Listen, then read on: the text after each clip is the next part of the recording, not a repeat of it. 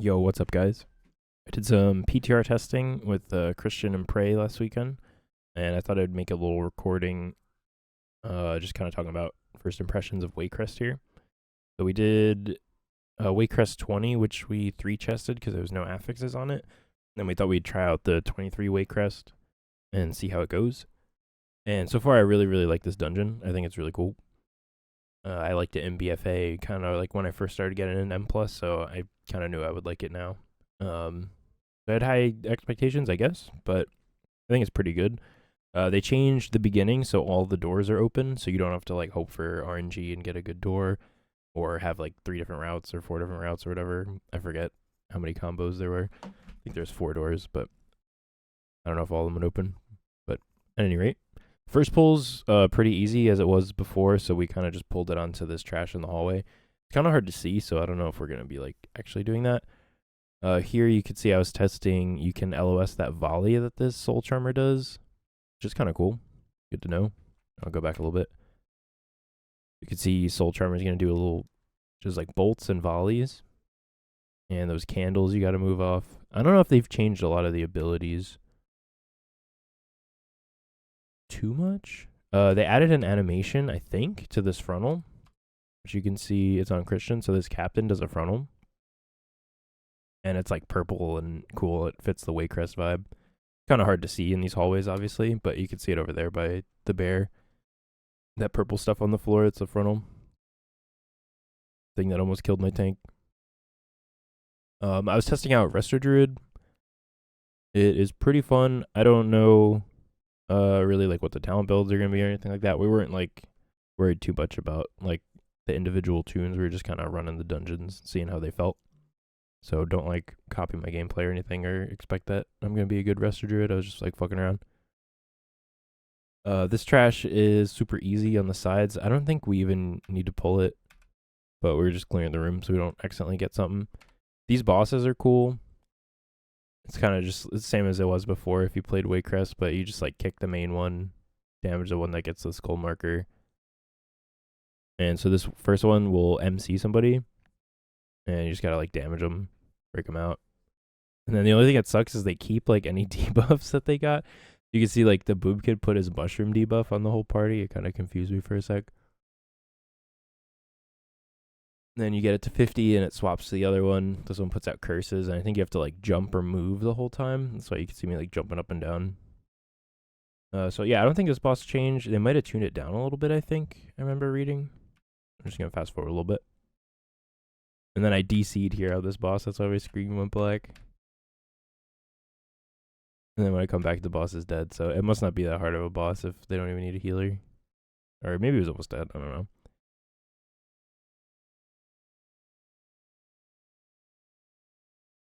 So we pull some stuff into the courtyard.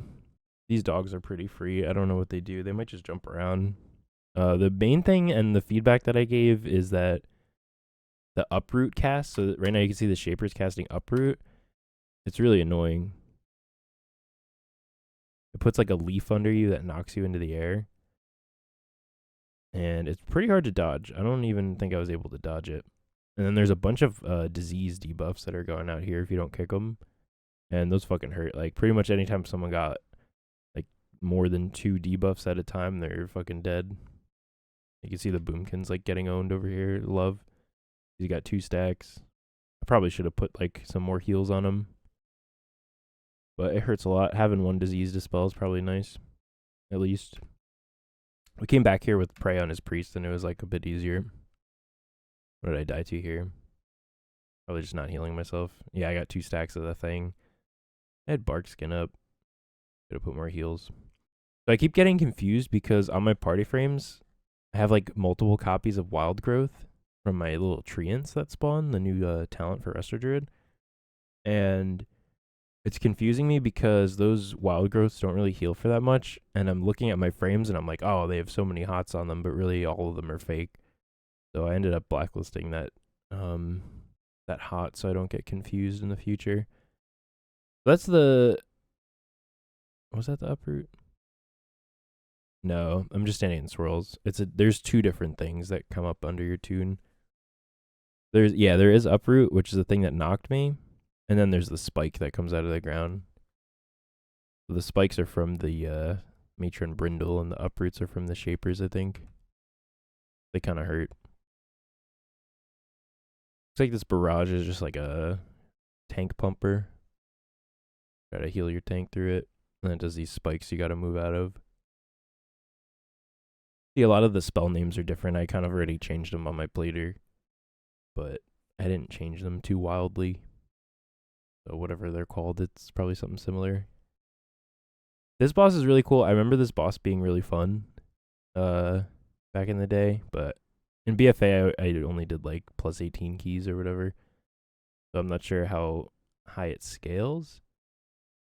But if you're like in Discord with your tank, you can kind of communicate when they're gonna pop his stack. So like you can see the buff on the, I don't know if you can see my cursor, maybe. See the buff on the boss, he's got 18 stacks, 19. It kind of just amps the damage that he does. And then when you walk him through the fire, it does AoE to the group and it clears that debuff. So as long as your tank isn't like gonna get one shot by the next hit, you don't have to go around clearing them all the time. I think in this pull we cleared it once, maybe. But it's a lot of damage, so you probably want to, I don't know, make sure everyone's pressing defensives and stuff. I think this boss is really cool. Sorry, I'm not trying to make it like a guide or anything. I'm just giving like a first look. Yeah, dab. See, I don't even have rejuves on people. Well, some people. Cool boss. I love this courtyard. I like pulling, like I think we were trying to pull, yeah, we pulled trash back into the courtyard. This was always fun. Pull like a bunch of stuff. They did change these stewards. That dinner bell, I think you used to be able to stun it or kick it. Or I know you did. I don't remember if it was a kick or a stun. But now it's just like this giant circle that you have to walk out of. So it's kind of annoying if you're melee, but it's kind of free if you're ranged. But I'm not sure why they made it so you can't stop it. I think it's kind of silly. But not the end of the world. Just something to look out for. Vortex is really, really nice in this pull. And luckily, as you can see, we have 4 fucking druids. So, and we have binding shot. We have 4 vortexes and a binding shot. So we're chilling. These jumpers aren't giving us too much trouble. The Christian says stay there, and then he runs and grabs other stuff. I probably could have went with him or put a bunch of heals on him for it. Yeah, he's like almost dead. I think I realized and then tried to go get him. Yeah, this will probably be the play as well. It's just, you know, whatever you're pulling, just pull it out in the courtyard so it's easy to see and easy to dodge stuff. Maybe, I think. It's kind of annoying being inside. That's really my one complaint about Waycrest is sometimes in the tight corridors, it's like really hard to see what's going on. There's more testing this weekend, so we might throw some actual affixes on some of the keys and see how they play. Like I think Sanguine is going to be kind of annoying in here. Like I want to check out which mobs bolster and which ones don't. But this last weekend we were just kind of trying each dungeon on like a 20 or higher and just checking out like what hurts, what doesn't hurt. Even though it's like it's only a 20, so you're not gonna get one shot by stuff, but you can get a kind of good idea for what does damage.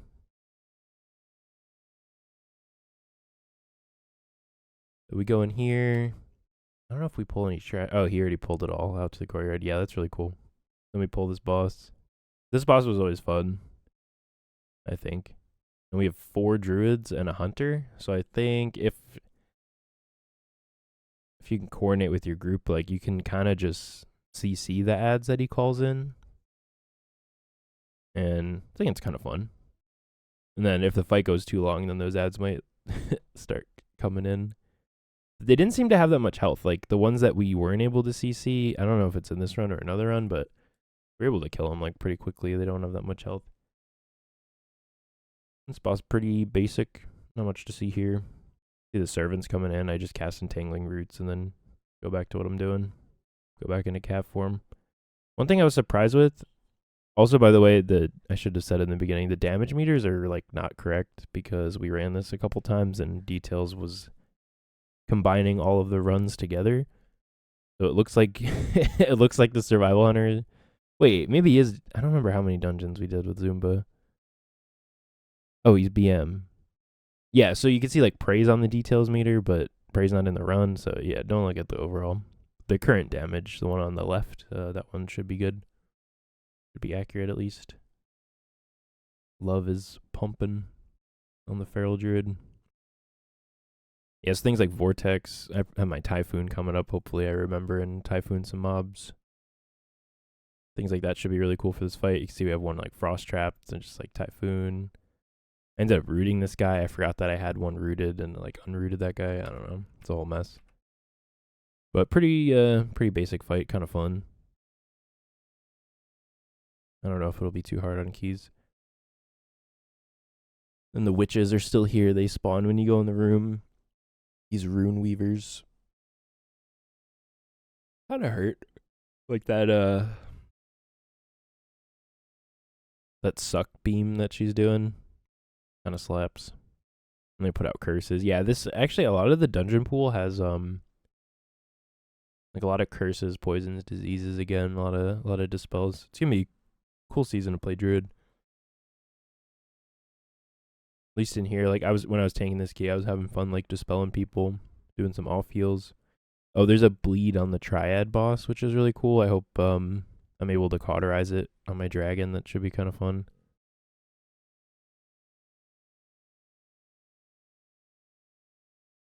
I feel like there's a lot going on in this pull. So like the captain has the frontal and he has a kick. If the captain's cast goes off, then everything gets a magic buff that makes them take, I think, like 50% less damage. So you kind of want to kick that or like mass dispel it or something. Those debuffs. Uproot fucking hurts. Yeah, there's a lot going on here, but I do think it's like if you can assign like kicks and stops, like I think the pull's kind of free. The only thing that hurts is this suck thing that's happening to me right now. Proc my Spore Cloak ban. Oh, and then Alma has a volley. I don't remember if we used to pull this back in the day. It's all very fuzzy because we used to have those awakened pillars, so like we'd skip stuff, and I wasn't really like I was into M+, but I wasn't really like into trying that hard. I would kind of just do whatever. This stuff down here, I think this is gonna kill like a lot of pugs if you pull both of these charmers, because their bolts hurt a lot. And you got to move them out of the candles, but they're casting like permanently, so you got to kick them and then they move, and probably pretty fine in like coordinated groups. But I could see a lot of pugs coming down here, pulling everything and then dying, and then people like talking shit to each other. It's gonna be real fun. Oh man, yo, that hurts. Like, look at my health. Bolting Zumba, ready? Watch his full health. Gonna go off. Oh, it didn't do anything. Oh, you know what hurts me is this magic debuff. I gotta dispel myself. Oh, I just did in the nick of time. Sheesh. Yeah, this pull's kind of spicy. This isn't even fortified. Like, it doesn't even have any affixes. It's gonna be kind of nuts. I'd say Mass Dispel's gonna be good in there, but Mass Dispel's gonna have such a long cooldown that I don't even think it matters. Gonna fast forward my little run back here. Let me do the Charmer, nothing to see. This boss is kind of cool. I think there's like a lot going on. There's a disease dispel, so like that circle thing that's on Zumba right now. I believe that's dispellable and it's a disease. So it's probably one of those disease dispel dungeons, you know?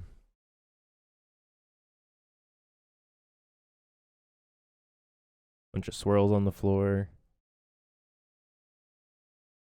Yeah, so there's like a tank buster, swirls on the floor, and then she's casting bolts.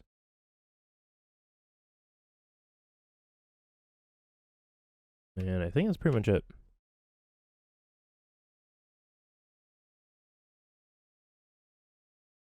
So these horrors, there used to be this tech where you would stand on a ledge over there, and we tried it, but I don't think we did it right.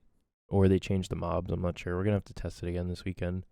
People were saying that you could go stand on the ledge, and they wouldn't jump, and then we tried it, and it didn't work, so I got to look into the specifics of that. I'll try it again next weekend. But if you're able to get on the PTR, like if you have time this weekend, I think it's going to be open this weekend, I hope. I hope it's open every weekend until it comes out. I want to test all the keys. But I definitely say hop on the PTR. It's pretty fun. No reason not to, unless you're not into that kind of thing, which I understand. It's not for everyone, but I enjoy it. And it's your chance to give feedback on, like, I don't know, bosses and trash that you're gonna be playing if you're an M+ player. So this boss, I don't think really changed at all. He's got like one kick that the tank can solo. He spawns the ads, then you throw the little vial at the ads so they don't respawn. Then he does like an AoE every, I don't know, 30 seconds, something like that. Kind of cool fight. And yeah, that's pretty much it. We don't have any affixes, so it's kind of easy. So I think we 2-chest this. Oh, we're missing percent. That's okay. We have 4 minutes for 2 chests, and we just kill like some random hunter over here. You can see even just pulling like one pack on this right side, it's either overtuned or no one plays it, so no one knows what to do. Maybe we just don't kick stuff. Oh, okay, so we pull 2 packs. But we only need to kill 1 mob. Everyone gets fucking poisoned. Immediately, like, sending Convoke for heals. Just kill 1. Yeah. Pretty cool dungeon overall. I'm definitely excited to play this one next season. So that'll be it for this video today. I'm gonna check out a Taldazar probably for the next one, or I might wait until this weekend because Taldazar was kind of buggy. We kept getting DC'd on a couple things. Mainly the priestess got DC'd. I think I got DC'd on the last boss as well, so hopefully that's sorted out and we could test it out next weekend. We did all the dungeons, I think 20 or higher. We did the Dawn dungeon. Let me just like flip through this VOD really quick. Yeah, we did like the Dawn of the Infinites. This one seemed to hurt a lot, but there was an issue where we were getting our gear scaled differently in each dungeon, so there's a lot of like weird shit going on. But yeah, I'll be playing this weekend, so check me out on the stream if it's open, or I'll just be streaming like regular queues this weekend. Thank you for watching. See you guys next time. Thank you to Joe, Literal God, and D-Ran for sponsoring the video on Patreon. Appreciate it. You guys rule. Bye, everybody.